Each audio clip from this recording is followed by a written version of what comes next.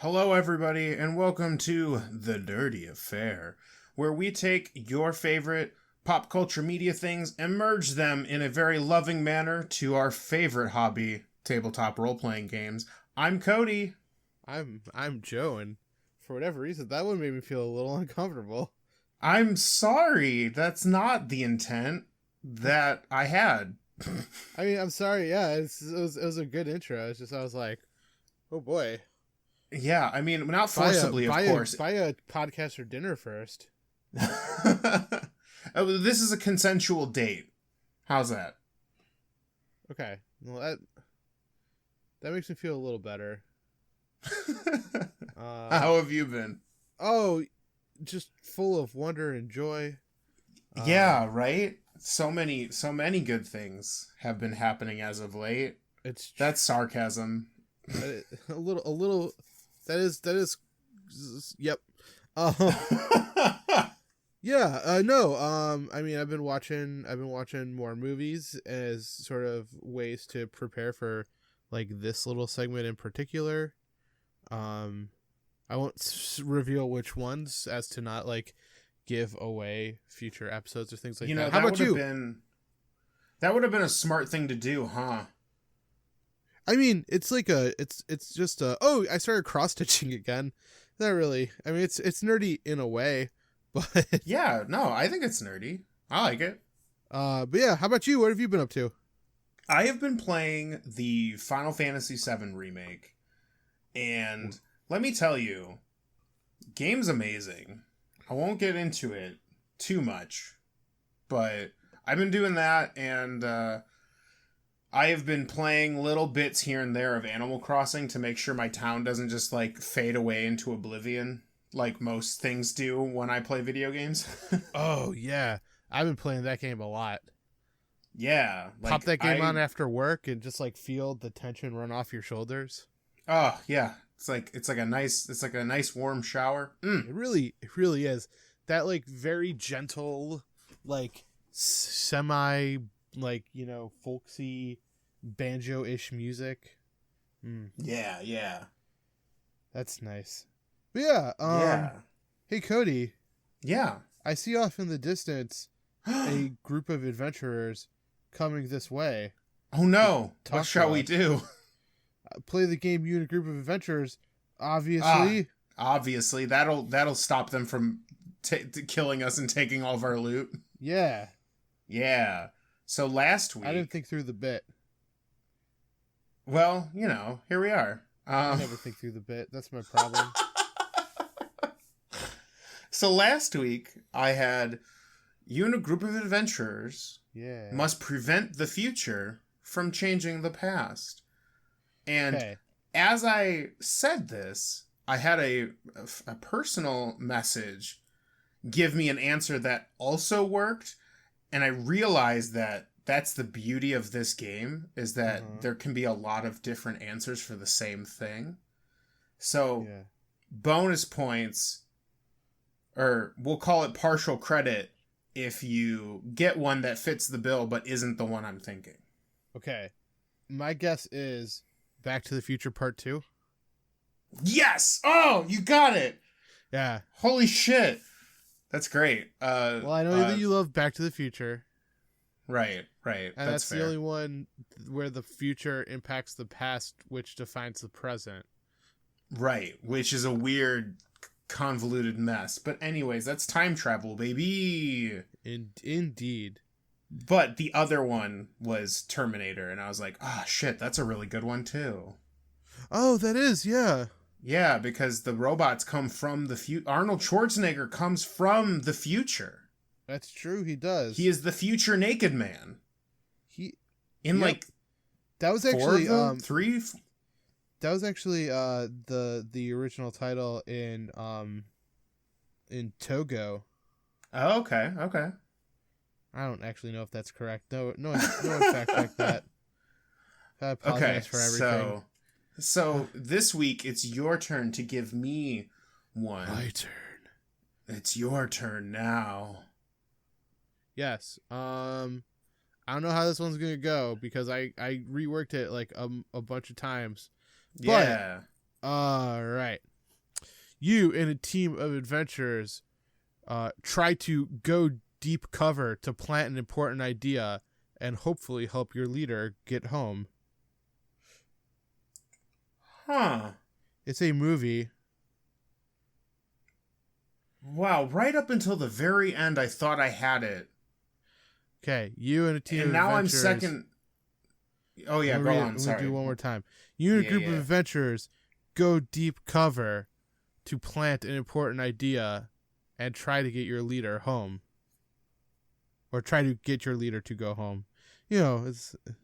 Yeah, no, I understand.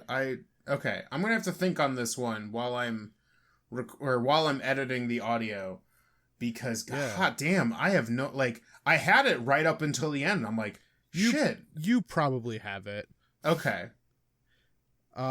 This one is one I wanted to do, and I went for it, and we'll see. No, I like it.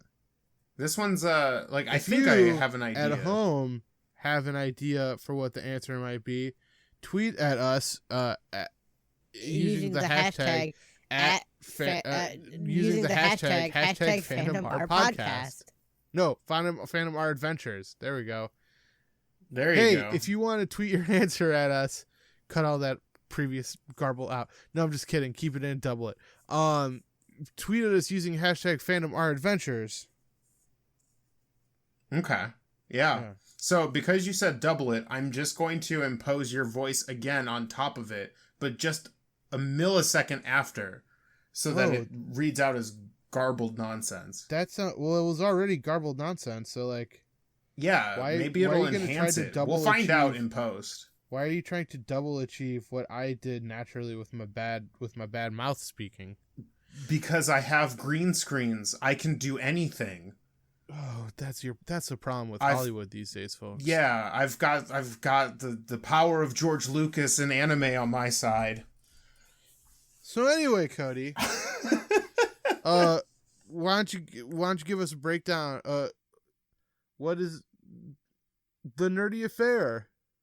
Right. So our show, we take pop culture things, whether they're movies, books, comic books, video games, anime, manga, whatever.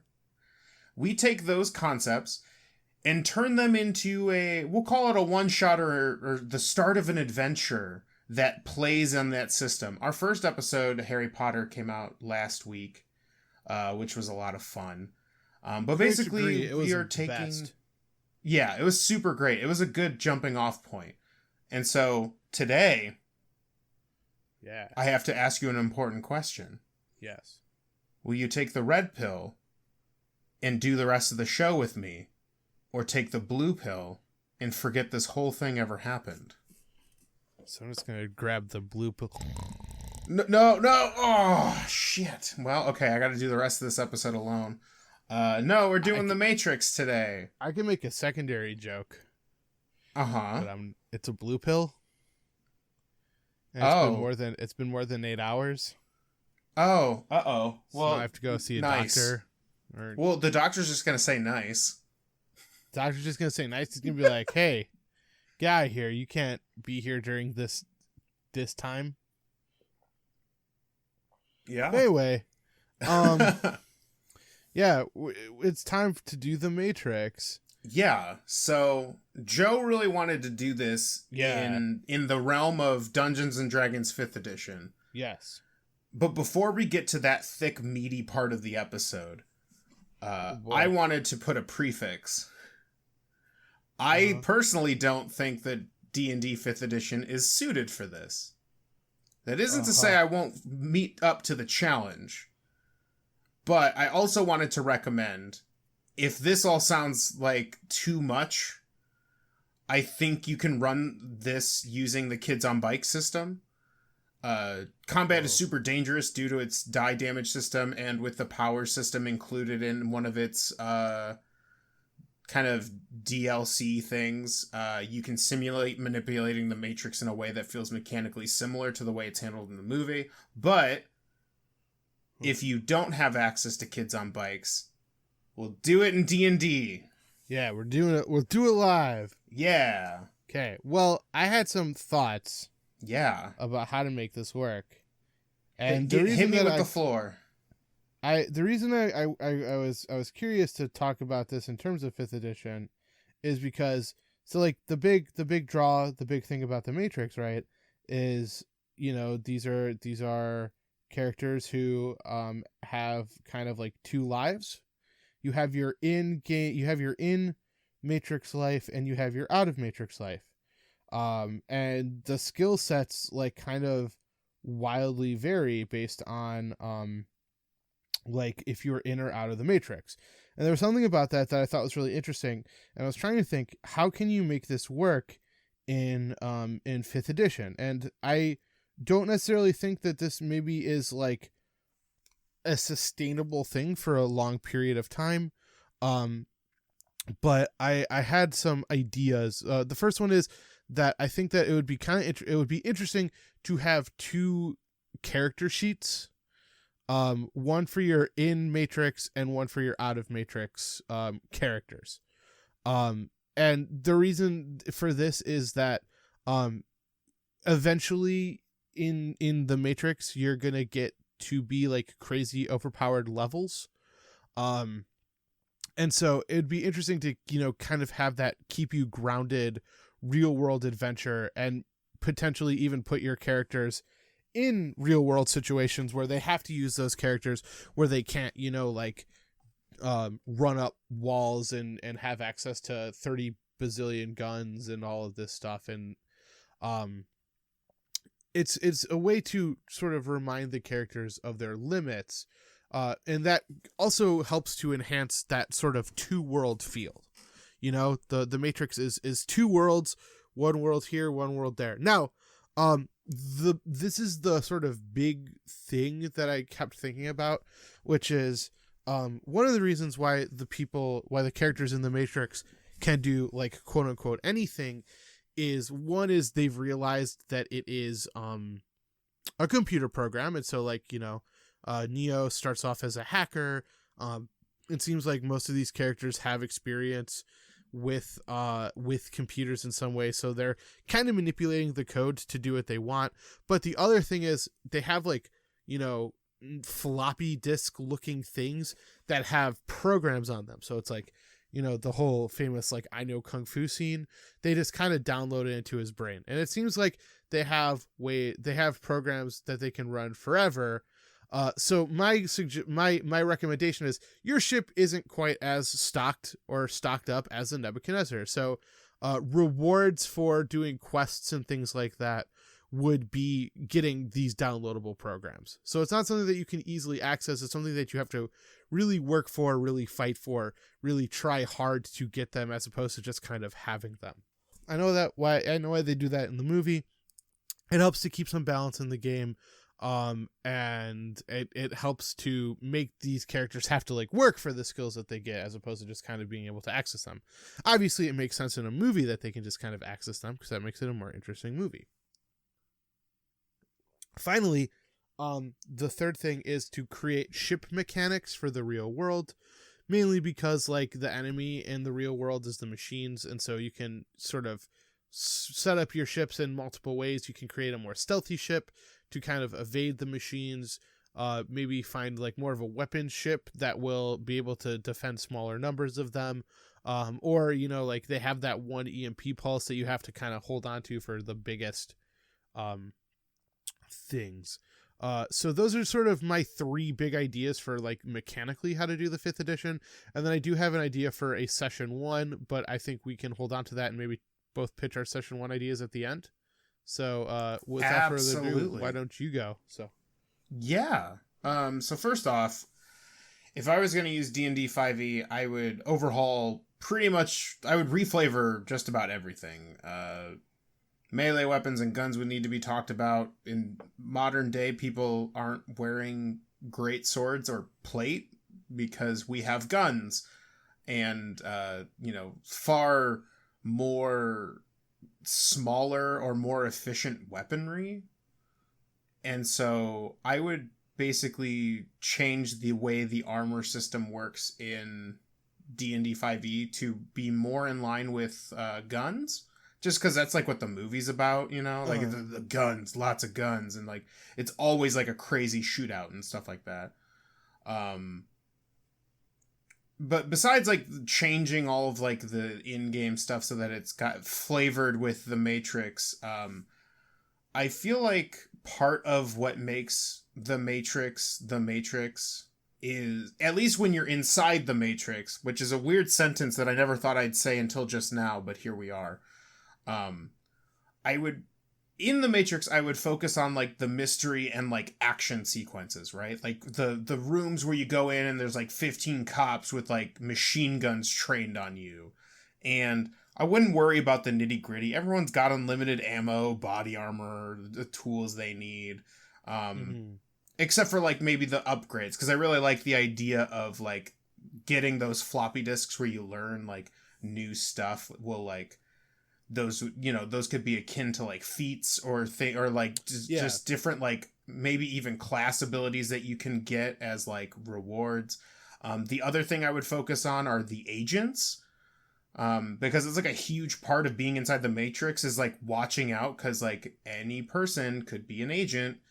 And while the party would most likely be dealing with like law enforcement thugs and, you know, like kind of low level NPCs, agents could be used as like basically a plot timer, or just like incredibly like dramatic moments, or when the party's goofed up too much. And they would be these, you know, incredibly strong, almost indestructible like individuals that you basically either have to run away from or get really clever, because you're not Neo. You can't just like jump into them and kill them yet. Like you gotta wait until the one shows up. So like definitely using the agents to their fullest effect is really cool. Again, something that's borrowed from 4E, I would use a lot of skill challenges for like the really crazy stuff. Like when Morpheus has to fucking run to the helicopter or whatever. And if you don't know what the skill challenges from D&D 4th edition, basically, usually you set up a series of challenges, basically skill checks, and the idea is that everybody contributes narratively to how they help pass the challenge.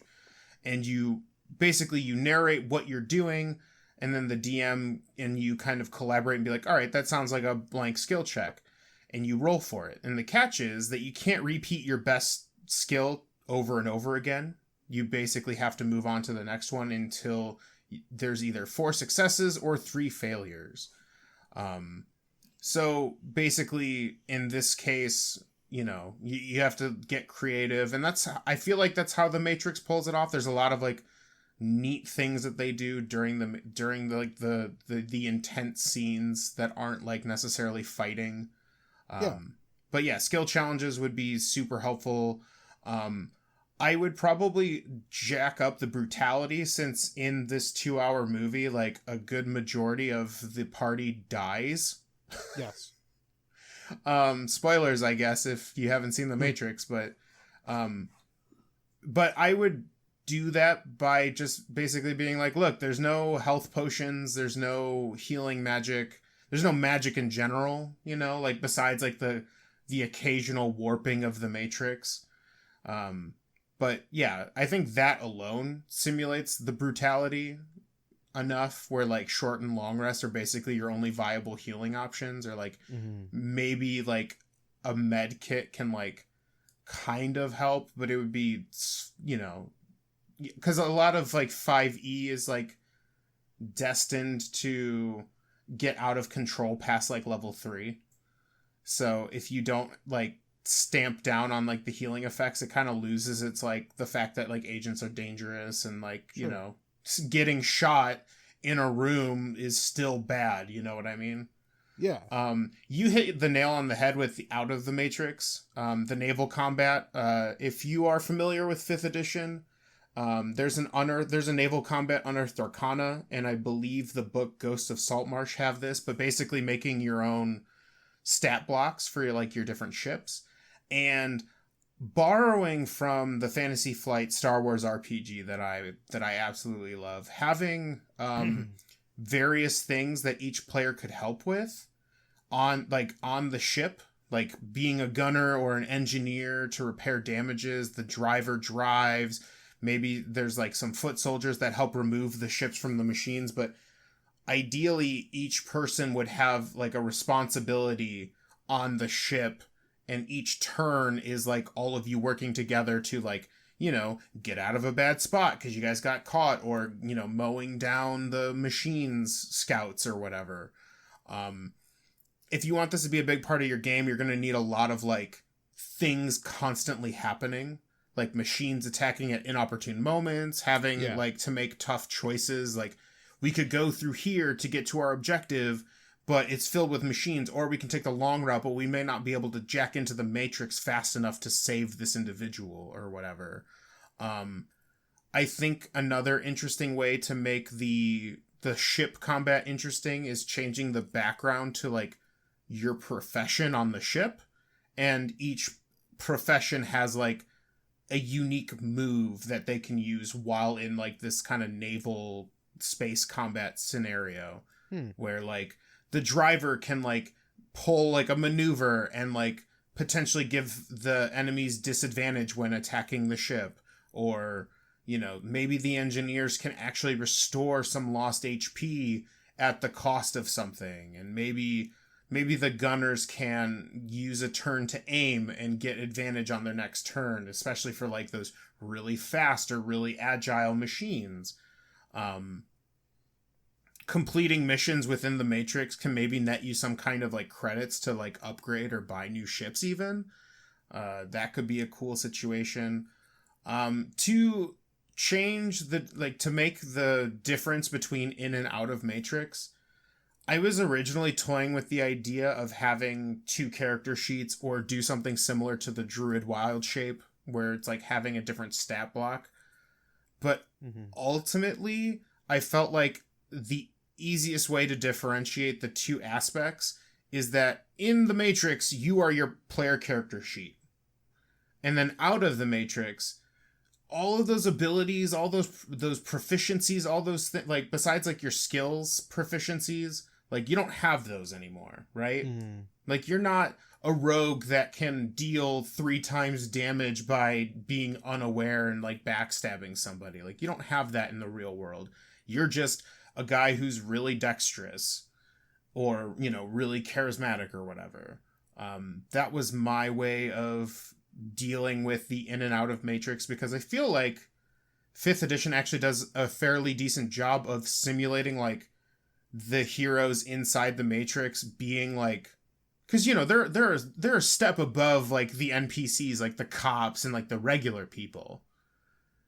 In D&D 5e, like when you compare like a 2nd level character to like a guard, like the hero or the PCs, the players are gonna kick their asses like to there and back. But I think that's another option, is having 2 different character sheets, one for being out of the game or out of the Matrix, one being in the Matrix. But just limiting what kind of things they can do outside of the Matrix also helps, because I think in most cases, now granted, this is my experience with the movies, I don't know if there's like lore outside of that. Like I know there's like a couple of like side things, like I know there's a game and like an anime, or there's the Animatrix and a game, right? So like besides that, like most of the time it's like naval combat, or like the combat with like the ships and the machines, or like the mechs and the machines, and then like a conversation here or there. Like I feel like a lot of the game is going to be in the Matrix, so having 2 character sheets for that, at least in my DM brain, seems like a lot of work, and I don't really want to give that much work to the player. But those are kind of my ideas. You stole the show with naval combat though. Like that was that is like the big thing. Like that is probably, in my opinion, arguably like some of the cooler moments in the Matrix, when like they have to deal with like what's happening outside the Matrix while they're inside the Matrix. And like you can't EMP when people are jacked in, or you kill them, and like there's a lot of neat things you can do with like playing with both sides happening at the same time. So like that was a really cool challenge for this. And then but in yeah, terms of those are my concept for a session 1, so I would have the characters start in the Matrix on a heist or a similar thing. The longer the session goes on, the more likely they are to encounter an agent. And then they do encounter an agent, and they're saved by a hyper competent sort of like Trinity-esque freedom fighter. Each player will also have the opportunity to do has a sort of like random chance ability to do one kind of manipulate the Matrix thing, even though they don't quite know what that means or what that boils down to. And then the end of session 1 would be them waking up in the real world, and then maybe doing like one quick like naval encounter thing. So that'd be my idea for session 1, is kind of establish the world, establish the weirdness of the world, and then have them wake up, much like Neo. So yeah, I mean that kind of is very similar to what I've got.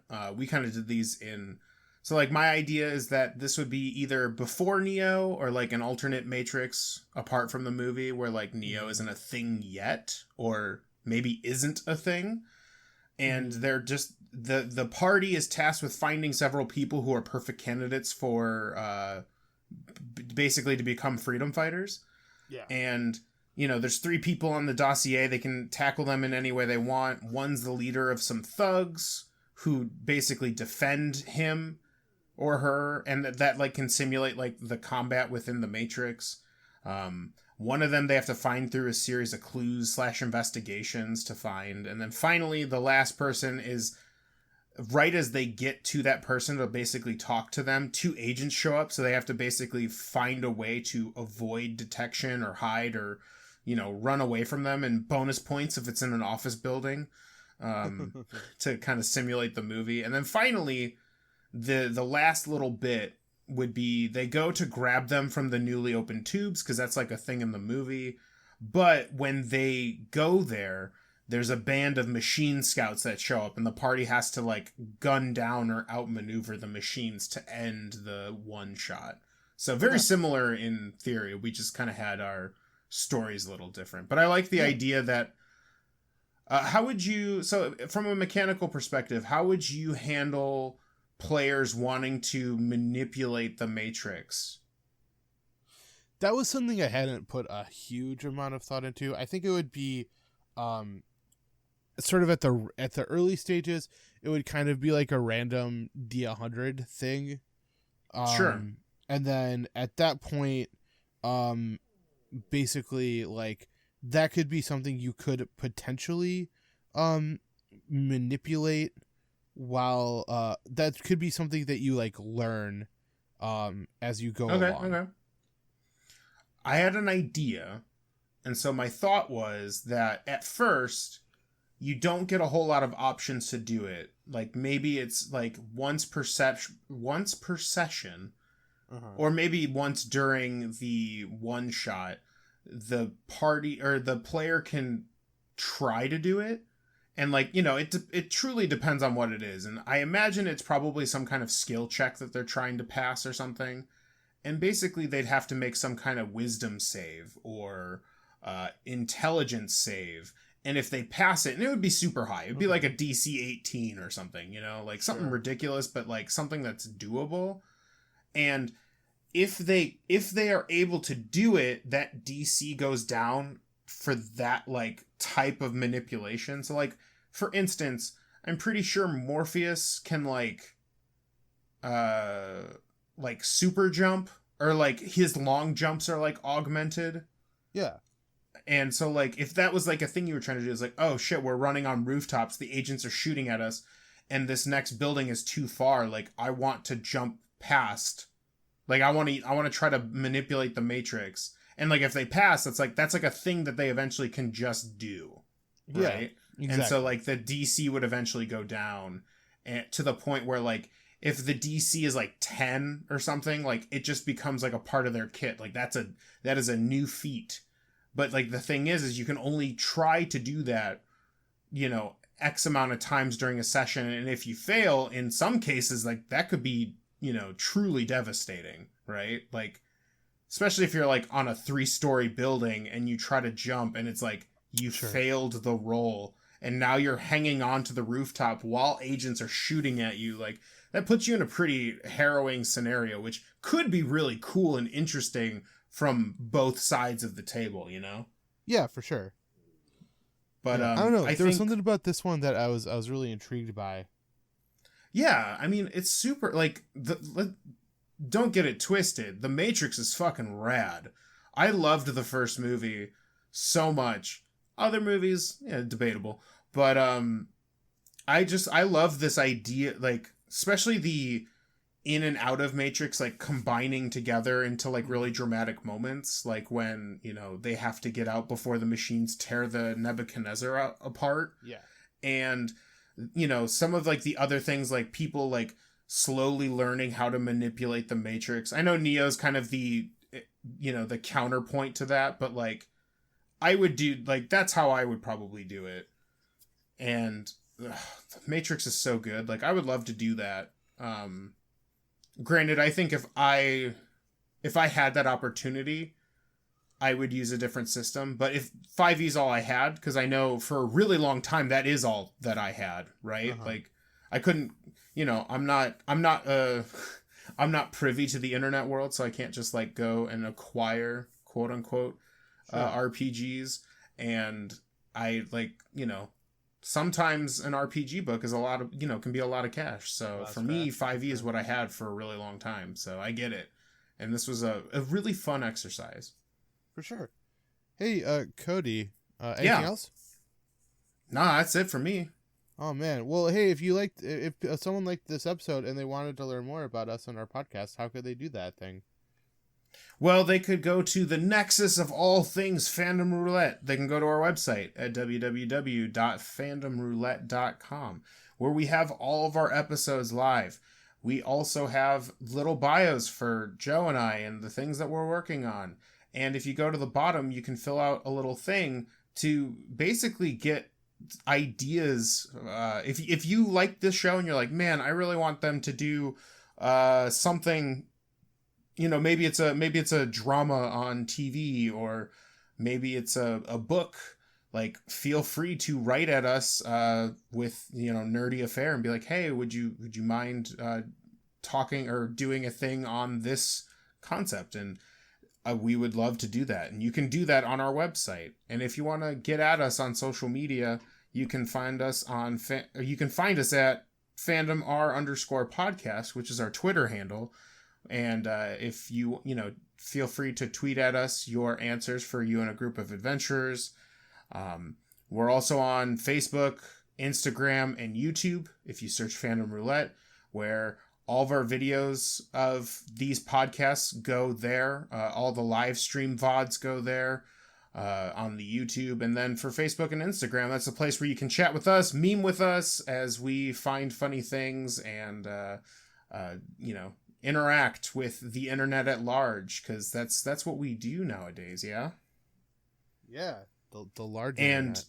Yeah, you can also, if you're looking to share this with other people, we're on a ton of different things: iTunes, SoundCloud, Google Play, Spotify, YouTube, all your RSS feeds.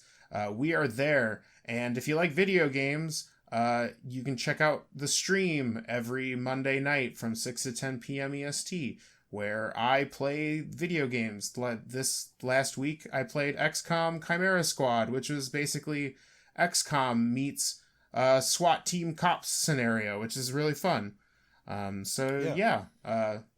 We appreciate you listening to the episode, hanging out with us, sending us feedback, liking, sharing, subscribing, doing all those things. Any little bit helps us. For sure. And I appreciate you. I do too. And on that note, thank you so much for listening to this episode of Fandom Roulette Nerdy Affair. This is Joe. And I'm Cody. And as always, stay nerdy. Stay super nerdy.